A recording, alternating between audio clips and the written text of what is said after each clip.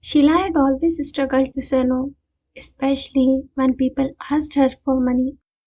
She often found herself agreeing even when she didn't want to. And when she did say no, guilt followed immediately, heavy and persistent. She didn't understand why. Recently, it happened again. A colleague asked her for money and she gave it. A month later, they asked for more, even though the earlier amount had not been returned. She hesitated this time. Something in her tightened. She didn't want to say yes, but saying no felt almost impossible. She spoke to her family. They advised her not to give the money. She agreed, logically. But the real question was how to say no. When she finally did, she noticed a shift in her colleague's tone, subtle but enough to trigger something in her. Did I do something wrong? A familiar inner conflict began. She tried to distract herself with work, hoping the discomfort would fade. That evening at home, she spoke to her daughter. I don't know why it's so hard for me, she said. If someone asks me for money, I feel responsible. I keep thinking, if I have it, why should not I give it? What will they do if I don't? Her daughter listened quietly and then asked, why do you feel responsible for everyone? Do you think it has something to do with guilt about Nana and Nani? The question stayed, do you feel guilty? She tried to avoid it, but the answer surfaced anyway. Yes. That night, she sat with a pen and paper. I don't know why I feel so guilty saying no, she wrote. It feels like if I have money, I should give it. I should, right? As if they deserve it more than me. What she said today keeps echoing. Is this guilt?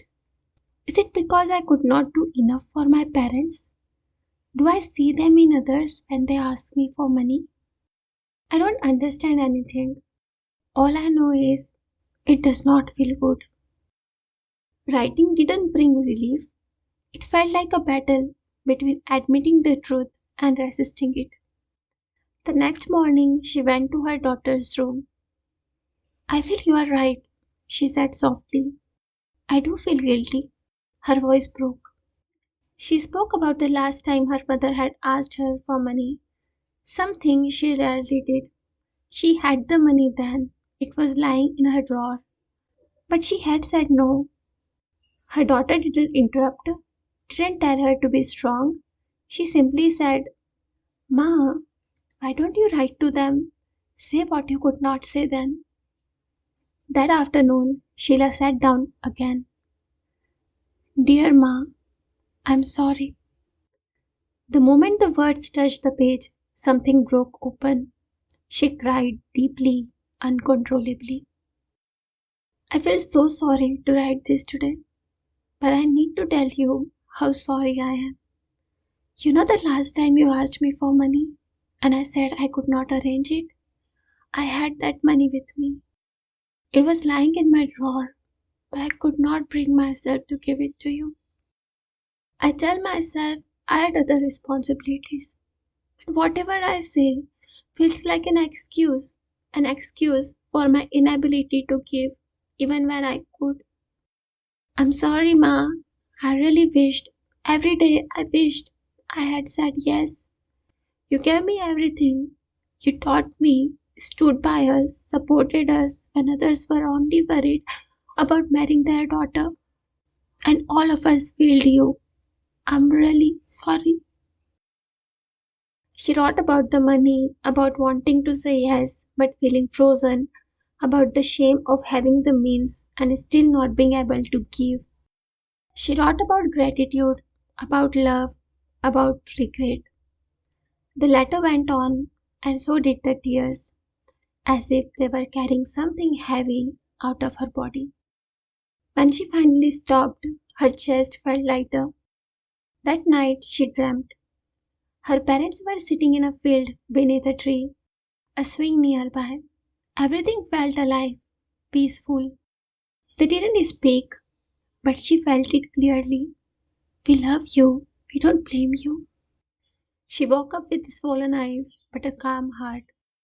Days later, while moving furniture, her daughter laughed and said, Ma, is not it strange? Your back pain has not been troubling you lately. Sheila paused. It was true. For years, her back had ached, heavy, persistent. Now it was quiet. It felt like a miracle. But maybe her body had been carrying the weight of guilt all along.